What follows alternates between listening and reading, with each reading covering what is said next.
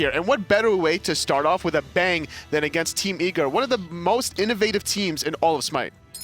Cirquette will be the first ban coming out from Team Eager. That tells me right away that we're looking for some sort of sustain. Whether or not we're going to see the Chunga jungle that DJ brought out against some of the international teams, I don't know. But it just sort of puts me in that right mindset where you don't want the Cirquette really around. Could just be because she's a powerful assassin in general, which is totally true, but she also shuts down healing very strongly. Absolutely, and a lot of players and teams have been running Cirquette in the jungle and then another assassin such as Thanatos in the solo lane, so this option is stripped away from Flashpoint. Whether or not they really wanted to exploit that is a different story, but now it's going to be Isis banned away from Team Eager, looking like they've done their homework, targeting out Incon with that Isis ban. Yeah, I mean, the Isis pick is interesting because whether or not she is meta is a conversation that you can have amongst yourselves, but she's one of the gods that Incon pilots well, and some people, because Incon's not new to the mid role. Let me clarify this. Incon's original role, once upon a time when he first started playing SMITE, was actually middle lane, but that was years ago, and he has more time playing support now. So what his original role was kind of irrelevant. But in either case, mid lane is what he's playing now, and Isis is one of the few characters that he really has hardcore under his belt, Poseidon being the other way. Poseidon's going to have a little bit of peeling protection with the Sylvanas from ShadowQ. We actually saw it the last week where Incon was playing the Poseidon. Went for an interesting build, going for a Spear of Desolation rather early in his build, neglecting for the Gem of Isolation right off the bat, as well as his positioning against the enemy Sylvanas. Not really electing to position himself very safely, but now with ShadowQ on the Sylvanas could allow him to play aggressively. Scylla will be the selection for the best, the opposition for Incon over there in the mid lane. I think that's a fantastic selection. When it comes down to it, looking at Ratatasker gets punished a little bit by Poseidon. When he jumps down, the Poseidon can just crack it underneath the feet. Izanami will also be selected. Do you think we see Izanami mid and Poseidon in that long lane like he's Funball? That would be really spicy. Coming out of Xenotronics to play that mage in the Hunter position. Who used to play mid lane for LG. We could potentially see that. You know, Incon swears by Izanami middle, but honestly, I think it's too far in the left field to be able to pull out the Poseidon for Xenotronics. I'd rather see Flashpoint play it safe against Eager at this point. It's the second week. Yep. You need a victory here. Now is not necessarily the time to be experimenting. I like the ban strategy coming out from Eager. Thanatos and Thor are going to be banned out, so Mirage is left with Susano. Should be an interesting choice there. As Anher and Fenrir get selected by Team Eager, so we're going to see the Anher in the long lane, likely the Rat in the solo lane, but Rat and Fenrir do have that flexibility, knowing how Team Eager has played in the past, so I think you can expect to see Divios on the Rat, and the Tier will likely be the solo lane matchup over there for FPE. The way DJ Pernicus plays the Fenrir has been so beneficial for Team Eager. He's been kind of that sacrificial lamb making the plays. He'll go in, he's willing to sacrifice himself as long as the best gets off the multiple roots, the Crush'ems as well. That's the goal of Team Eager, is always to set up the best in these perfect positions, and that's what you really want to do when you're playing the Syl. You want to be able to get into that mid game very convincingly, especially whenever you have Zap in the dual lane, who is probably one of the best farmers in all of SMITE right now. Yeah, we saw a fantastic performance from Eager last week. Flashpoint looking to get a step ahead. We're heading into our game tonight. It's Thursday Night SMITE. Left-hand side, Team Eager is your blue squad. It's going to be Divios playing the Fenrir in the solo lane, so going to have more global pressure from DJ Pernicus now playing that Ratatasker, and it's still a good idea to have DJ Pernicus playing this Ratatasker. There's good enough setup anyway onto the best Scylla to still find multiple roots, multiple Crush'ems. You also have the stun from DJ as well as the knockup. I actually like this a lot more, and you and I had a very in-depth conversation today about discussing Thanatos mid, or Thanatos solo, excuse me. And I sort of lamented that choice because I feel like Thanatos' global ultimate is sort of lost while playing over there in the solo lane. You don't maximize that sort of idea. DJ in trouble. ShadowQ just looking for a little bit of poke. ShadowQ is going to start up in the solo lane. I like the idea because the Sylvanas has really good clear in the level 1. But so with that conversation, I think Ratatasker, very similar idea. By sticking him in the solo lane, you lose that global presence that Ratatasker has. So I like the fact that we're going to see the solo Fenrir and instead see the more traditional Ratatasker in the jungle. I think that's going to be a stronger look.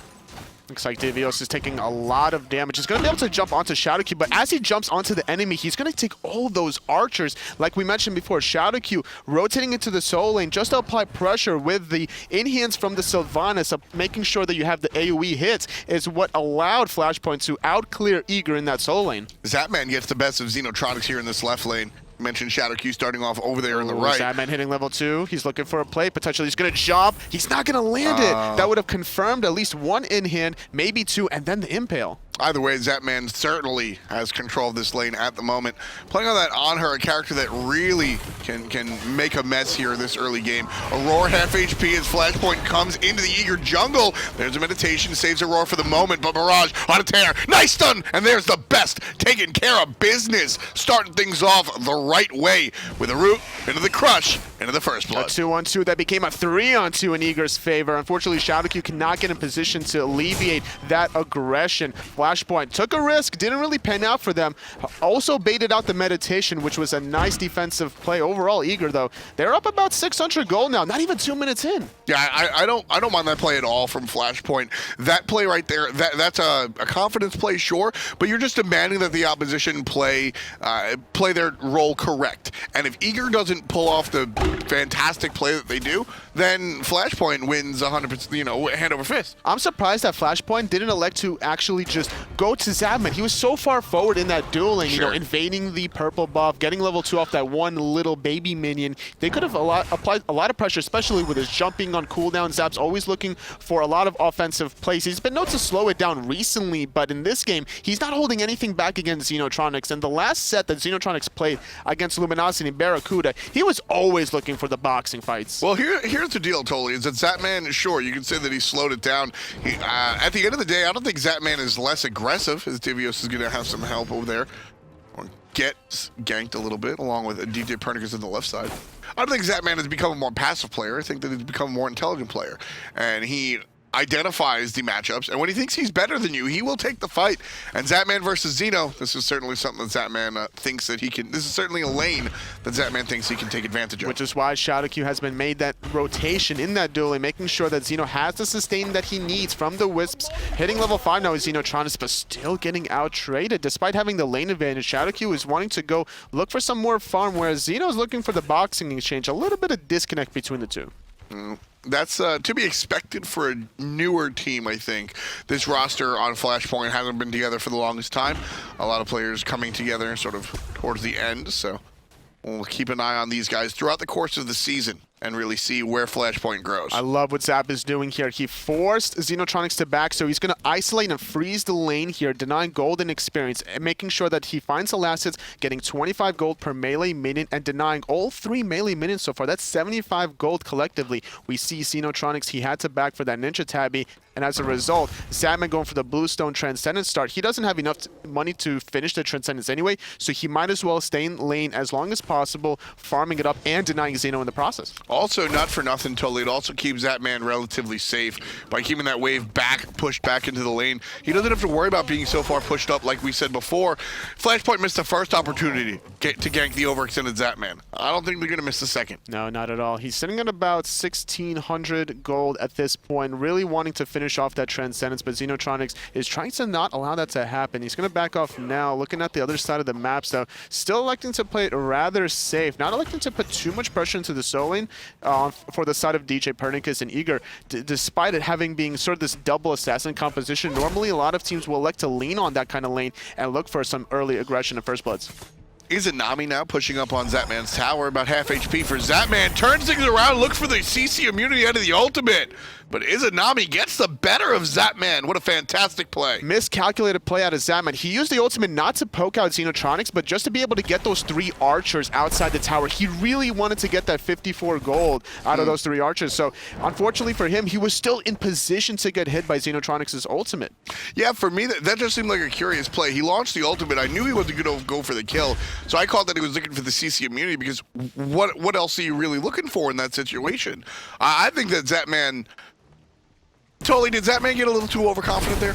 I think that he's trying to min-max a little bit too hard in this early game, and because he didn't back in time with full Transcendence Gold, he's going to try to match the mobility of Xenotronics, finishing off boots of his own. He doesn't want to get more pressured out in this duel, and he's just going to like to play it safe and continue to look for more farms. Xenotronics now getting the better end of it with a red buff of his own, which is what also allowed him to continue to outpoke Zap. Like I said before, you know, Zapman he's going to take the fights that he thinks he can win. And judging from the way Zap was playing this lane earlier, I think that Zap clearly thought that he had an upper hand here. Might be a little bit more even than Zap might have initially anticipated. Has to be really careful moving forward. 1 level deficit, still looking for more poke, but by using that impale, now he's not going to have the wave advantage. Izanami doesn't have to use her ability to necessarily clear the wave. He could easily look for the in-hands as it's going to pass through the whole wave, and then look for the clear just to be able to trade out against Zap. Left side, Flashpoint just continuing up their farm, trailing by pretty much just the first blood gold at this point. The best was the first one on the board here for Team Eager. So it's just a hair underneath that 500 gold, which is the bounty awarded for that first blood. So really nothing of consequence happening for these two teams. Little poke onto Aquarius. He's a player that we haven't spoken too much about coming out of the Challenger scene, formerly playing for Most Wanted. Aquarius has been a long-time Smite player. And something we haven't talked about is the solo lane matchup, the reasoning why Divios and DJ Pernicus elected to switch this up. Against Tier, it's going to favor the Fenrir because you cannot get knocked up during the Brutalize, so the Fearless gets negated completely. And there are some opportunities where you can even try to outplay the Tier by canceling your Brutalize early, making sure that the Tier is not going to necessarily time it right off the bat at the end of the 4th one. You can actually cancel at the 3rd or right before the 3rd one hits, maybe even 2, and then just sidestep that Fearless. And a lot of times you're not, I mean, in the solo lane specifically, you're not really maximizing your Brutalize anyway. Solo lane Fenrirers generally tend to lead with their jump ability, allows them to clear the lane a little bit easier, so you're not really concerned about losing that Brutalize. Even level 1 Brutalize, though, before the physical defense comes online, is going to do a decent amount of damage. You have to respect it. At this point, though, with a tier level 9, he's not really worried about getting poked out with that maxed out power cleave. No, it's not the case whatsoever. Zapman gonna walk out of lane right quick, just take a look, trying to find some sort of experience for himself. He'll find it by way of the red buff here. Team Eager hasn't changed their roster whatsoever moving from Season 3 to Season 4. They made it to not even semifinals, honestly. They were cut short a little bit as far as their Worlds progression is concerned, but it was the first year that they made Worlds. Tolly, what do you think the positives of sticking with this roster is for Team Eager? Oh, it's so crucial. They did lose against Obey, but they were down 0-2. They managed to bounce back 2 games in a row after that. Losing the 5th game was pretty devastating, I would say, for Eager, but the fact that they even brought it back to game number 5 shows that this team has a lot of comeback mechanics in their mindset, which is a really good quality to have in a team, making sure that you're just not down and out. And this is why we see this team still transitioning from Season 3 to 4. At the beginning of Season 3, when everyone looked at this roster between Divios, DJ Pernicus, Aurora, and Zapman, everyone thought that, you know, this crew was a little bit too egotistical, that, you know, some heads would clash, specifically DJ and Zapman, but that hasn't been the case at all. Not whatsoever. I mean, I had an extended conversation with them around Super Regionals. We've seen clips of that interview, and a lot of what they've said has been positive about how their mindsets are so much less about ego and so much more about just they've been the leader in the past. And when you bring like-minded people together like that, it breeds good things. And I think you can see the same on the side of Flashpoint in the sense that a lot of these guys have this similar mindset, which is really what I'm trying to drive home here, folks, is that whatever the mindset may be, as long as you guys are on the same page, on the same vibe, on the same mission, then you're going to be successful. Doesn't matter if it's Season 3, Season 4. Team Eager are very eager to smite on every single split all the time, making sure that they're developing strategies that's going to surprise opponents. Because I'm looking at the leadership of DJ Pernicus, you know, formerly coming from a Counter-Strike background, having a lot of leadership back then, as well as Zapman being from the very beginning of the Smite scene. There's a lot of potential to outplay the opponents, especially with Divios. He's always developing wild things in the solo lane. DJ Pernicus looking for the gank here. Gonna play it safe and just look for the farm instead.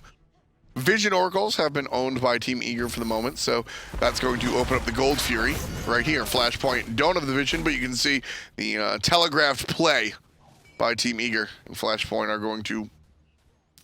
Were they going to the Gold Fury? Or were they just They sharing were originally. They had a ward that just expired now underneath that gold fury, which didn't get caught by Eager's sentry ward on those left side mid harpies, which is why Eager went for it in the first place. So I like the idea, but Eager knows when they got caught out, so they're not going to risk it for the biscuit. They don't really want to mess with Incon's Kraken, despite Best having the Ama monster. Yeah, there's just no reason to at this moment. The game is dead even. Absolutely no reason to just mess with something like that and potentially burst a hole in your bucket. Flashpoint, similar mindset for these guys as we sort of talk about the rosters holistically. Again, Flashpoint is a team full of players that want to improve for one reason or another. You look at players like Mirage and Aquarius, they're newer to the scene and they just want to improve from sort of minute one, whereas players like Incon and ShadowQ have had some experience, Incon and Xeno have had some experience, but perhaps experienced a setback or two during their SPL career. And ShadowQ, the same thing could be said. So whatever the case may be for Flashpoint, everybody here is trying to improve. And again, I think that having the same mindset on the team, whatever that mindset may be, is one of the most important things to breeding a successful winning atmosphere. Rather very quiet game coming out of both junglers right now. Normally, we've seen a lot of Susanos look for plays in the mid lane, utilizing control of vision around the sides, and then looking for the jet stream, and then the pull through the tower from Mirage, but he hasn't been really doing that. On the flip side, DJ Pernicus hasn't really been using this Ratatasker Global Ultimate on either side lane, instead looking to play it rather carefully, waiting for Flashpoint to maybe instead overextend, and then look for the counter gank. Divios and Aquarius out here just battling it out. So right there, he actually canceled the third. Yeah. After the third one, he cancels it to immediately use his Unchained, expecting to get Fearless. And that's the example of what you're talking about. Some of these smaller micro plays, especially Divios. Divios is one of the first players back when Osiris came out. There's a very important basic attack cancel in that character, and Divios was one of the first players to bring it out. Divios remains one of the more dedicated players when it comes to practicing these specific interactions. Totally, Divios is really one of these guys that focuses on that, and no surprise to me that it's a solo laner. I mean, whenever Divios can pull out a Giannis and a Lan and then just absolutely carry his team to victory, which I've unfortunately had the pleasure you played against it of experiencing that firsthand, was quite eye-opening. That's one of my favorite SPL stories to tell here in the booth. I forgot you were actually on the receiving end of it. Yes, I was. That was you trying to face off against that. Yeah, I forgot what I was playing as against him. All I remember is he would hit snipes from across the map, and he would actually hit lasses every single time. Davios now, he's in a position where he's trying to outbox Aquarius, but up until his Seething Hell gets maxed out, and he has a target that he can consistently hit, he's not going to really win these exchanges. Tyr is very tanky now, going for the Gladiator Shield, surprisingly, electing to ignore that Breastplate of Valor. So the Glad Shield, is this purchase here, it's going to give him some CDR, but I think the most important thing to highlight about this item is how inexpensive it is. It's only about 17 or 1800 gold here, totally. That's why we're seeing it built so early. I think Tyr just really wanted a bridge item right now, which kind of tells me that Flashpoint is itching to make a play. You get a little bit of physical power and a little bit of cooldown reduction. It's not as much as Breastplate of Valor. You're only getting 10% versus the Breastplate that has 20, but that physical power is going to make your Tyr combo do that much more damage. You're going to receive a little bit more healing off of that physical power with the scaling. And this is why we see such an early pickup from Aquarius, electing to ignore the MP5 and superior cooldown reduction just for that power. So Divios here, or excuse me, Zatman here, going to be guarding his purple buff. He has the idea that there might be a rogue Izanami coming around the corner. He has one death and no kills so far. And Izzy over there, Xenotronics, has the solo kill on Zatman. 14.5 minutes into the game, and this game has still just been progressively moving closer and closer, but just as I mentioned, that Eager, both the assassin starting up this... Oh, Mirage is trying to do something with the Typhoon. I can't really tell who got it quite yet. Oracles will be split. Neither team getting vision onto the Gold Fury for free. 1-to-1, read the kills. Team Eager here are still working on their purple buff. Everything going to reset here, I think, after that. Gold's Fury with no vision on it, totally. I actually think we might be more apt to see the objective. Portal Demon does go down, believe Mirage it or not. stole it. Mirage was the only one in position to be able to contest that against Divios and DJ Pernicus. Great pickoff. He used the Typhoon just to be able to knock up those two members and securing it. And what a clean play that was. Xenotronics now in trouble. Can he use the dash away? Here comes help from the sky. DJ Pernicus going to land back down after the Aegis is done. Stunned, and he's gone. Number 2 for Team Eager. DJ looking like he wanted some more. Finds the dash back. Shadow Q gets trapped, but Zatman doesn't follow up off of it. Great pillar, unfortunately missing out the stun. Great use of Aurora, making sure that the Kraken wasn't going to do that much damage to DJ Pernicus. The fact that he doesn't have the second relic for the Aegis is going to allow him to still continue to zone here, as Eager's going to start up the Gold Fury. Divios has made the rotation now, and with the best still having up a monster, this Gold Fury should go the way of Eager without the Kraken. Yeah, you can see 2 players successfully zoning out from Eager on the left, and it's just Divios on the right. Gold Fury goes down. Team Eager pick up the objective free and clear. 1,600 gold in the lead. It's 2-1, and it's 16 minutes on the clock. Very early lead, and as such, it's an early game style lead as well. Just 1,600 gold by way of the Gold Fury. It's Flashpoint is definitely sure they're not happy about that, but they're certainly not too heavy, too underneath.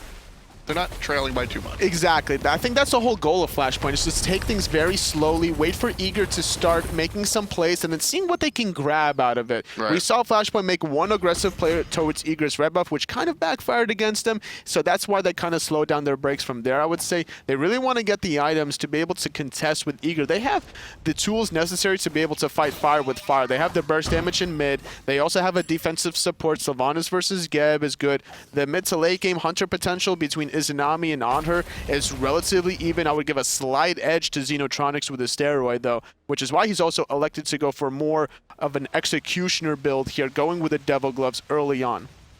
And with that in mind, as far as, ooh, hold that, there comes Aquarius, he's getting controlled, but he won't be able to find the Fearless underneath his tower. With that in mind, talk about the Izanami going for the Devo Gloves. I like the lifesteal a lot on all basic attack characters, to be honest with you, especially with that steroid that Izanami has. I think the lifesteal is such an important way to go. Whereas when you look at a character like Onher, he is a basic attack based, sure, but much less so than the way an Izanami is. DJ Pernicus looking to play aggressive around Flashpoint's jungle. Speed buff has not respawned for Flashpoint, so not going to be able to really grab anything here. And it's been Divios that's getting out-traded so far in the solo lane, with Aquarius getting that burst heal from his power cleave. Now finishing off the breastplate of Valor with the Gladiator shield is going to allow him to continue to outbox Divios, but not having that magical defense is not going to allow him to get anywhere next to the best. There's a jump forward from Divios, just looking to clear the wave.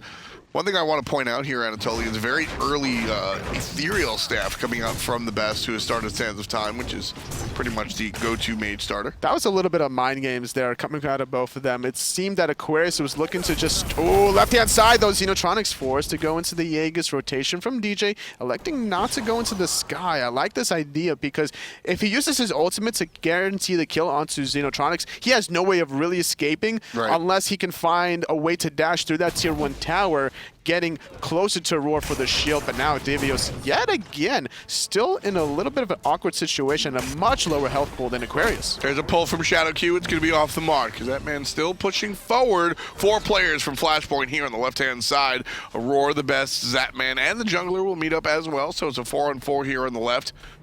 Right side will be Divios featuring himself.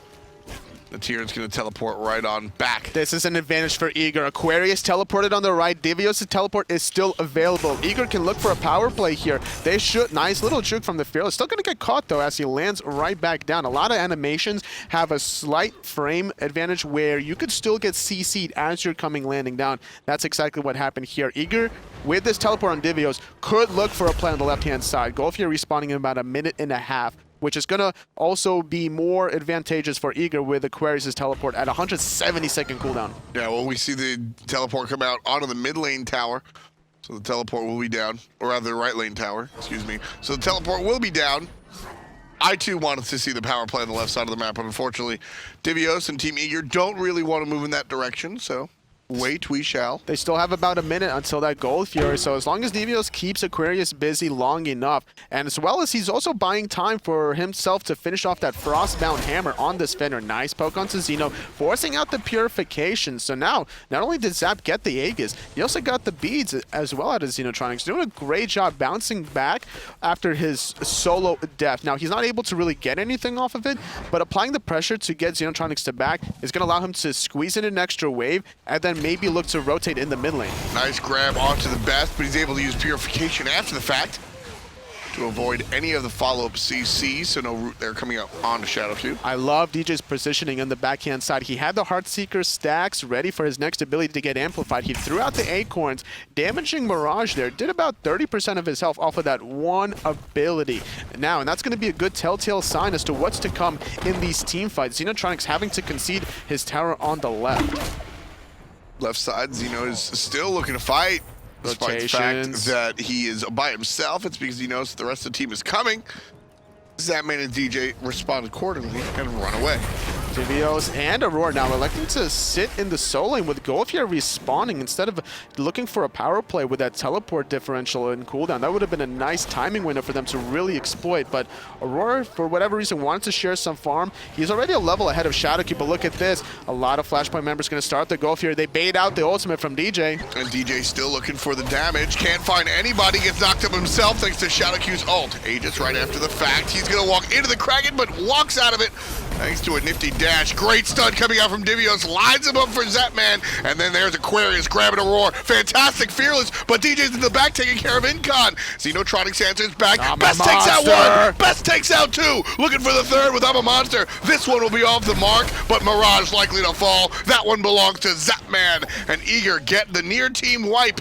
Aquarius is still around, but can he control the Gold Fury? It doesn't look like it. He'll walk to the mid lane, and Eager will collect their gold and move on. 22 minutes in, Eager up 3, 4, 4.5. That was the combination of everyone from Eager doing a great job avoiding the Kraken, and on top of Aurora's rotation, he finds a 4-man Cataclysm into a 4-man knockup. Yeah. Zadman uses Desert Fury to follow up. The damage is there. The rest of Eager just dive the backline. DJ Pernicus sacrifices his life for 4 members. Eager grabbed the Gold Fury. Eager grabbed the Portal Demon Fire Giant dude, boss guy, whatever you want to call him, F. Dot.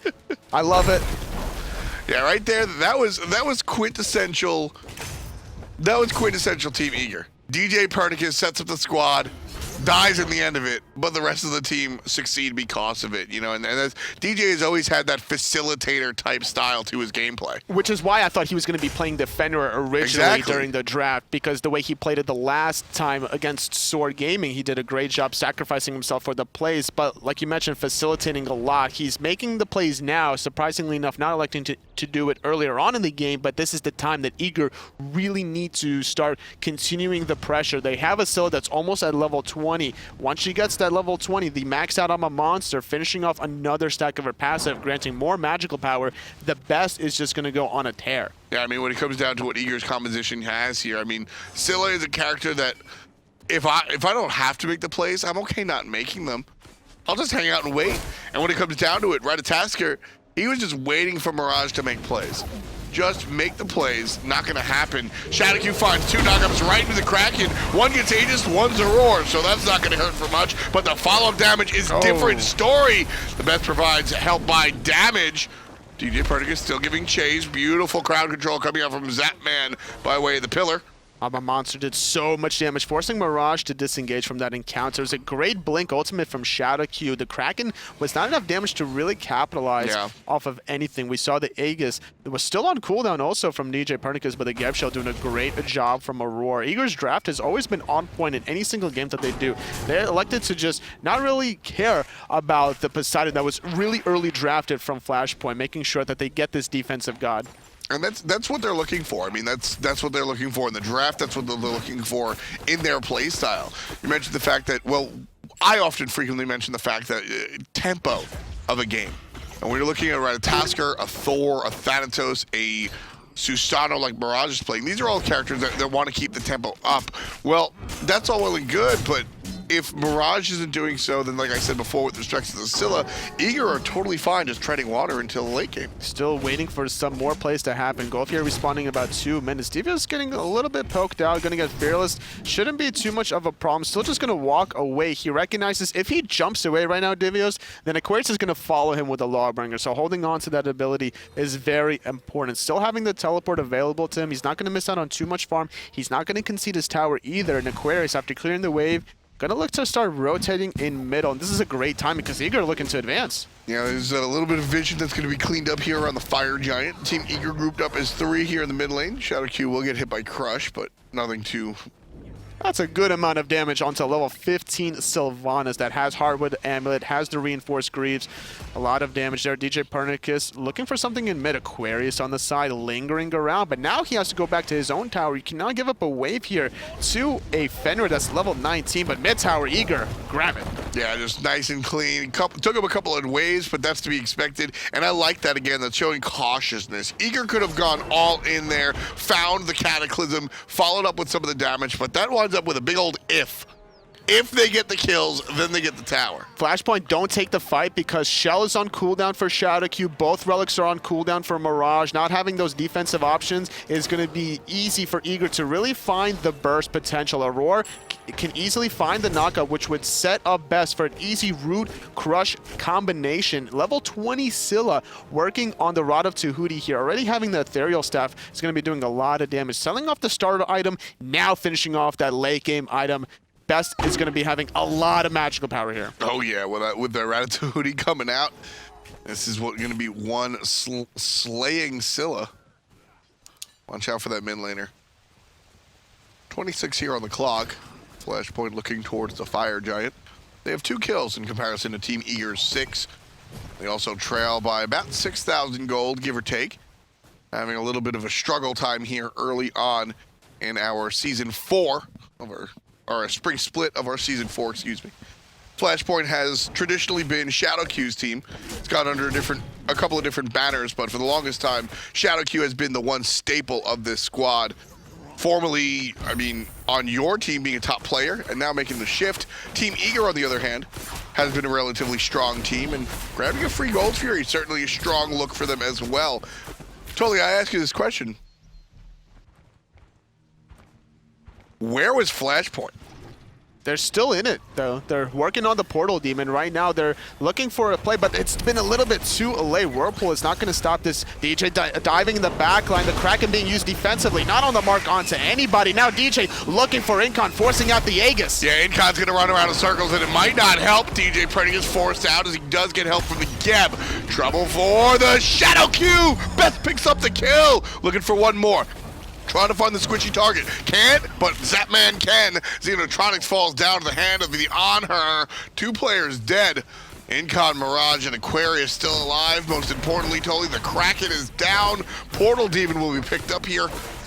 Stone Duty by Aurora should be good, and that be that. Portal Demon spawns for Team Eager. They're going to go right for it, totally. They have to. They have a 2-man advantage for at least another 20 seconds while Shadow Q is still dead with DJ Pernicus in the mid lane. Doing a good job being that satellite ward as well as Aurora on the right-hand side. They have the damage from Zap and Best to be able to get this Fire Giant while Divios tanks it, and Flashpoint have just been so hesitant about getting objectives. Eager was very blatantly going for that Gold Fury, and they took forever for Flashpoint to be able to even start up the Portal Demon. Allowed enough time for Aurora and DJ Pernicus to get in a great position to start off that team fight. Very interesting stuff coming out from Team Eager, just being able to bark down the objective. Not that big a deal. Frostbound Hammer makes a return as the tier 1 tower on the right goes down. Not an item we see that often anymore, Anatoly. And I ask you why. It still has health and still slows you. It's annoying. I think the physical power was reduced a long time ago, and also what was good about Frostbound, however, was the bridge item of it. The tier 2 of Frostbound is what also had a little bit of slow. Heavy Hammer. Yeah, Heavy Hammer was quite obnoxious back in Season 2, back in the day. So, which is why we see the decline of it. It still has its use in competitive play for sure.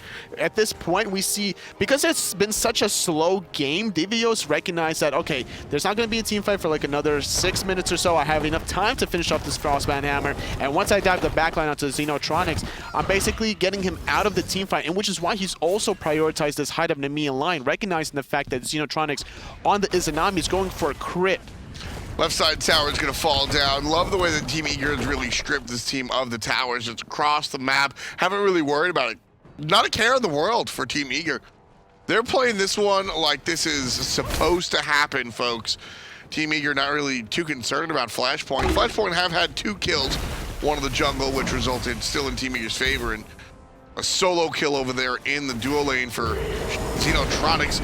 That man with a quick Aegis as the party gets started by Flashpoint. Ultimate out of the Kraken man there in the middle lane. Not going to happen just yet. Best blows his ultimate as well. Aquarius still alive. There he goes down to the hand of Divios. Still trying to find a little bit more as he jumps forward. Gets the stun on Incon. Brutalize going to be interrupted, but DJ Perdigus won't. Xeno goes down. Zapman takes out his old support friend Shadowq, and DJ cleans up Mirage. Incon, the lone defender of the Titan throne room. One Phoenix goes down. The second already toasted, and that seems to be all she wrote, folks. 12-2, and over a half hour of play.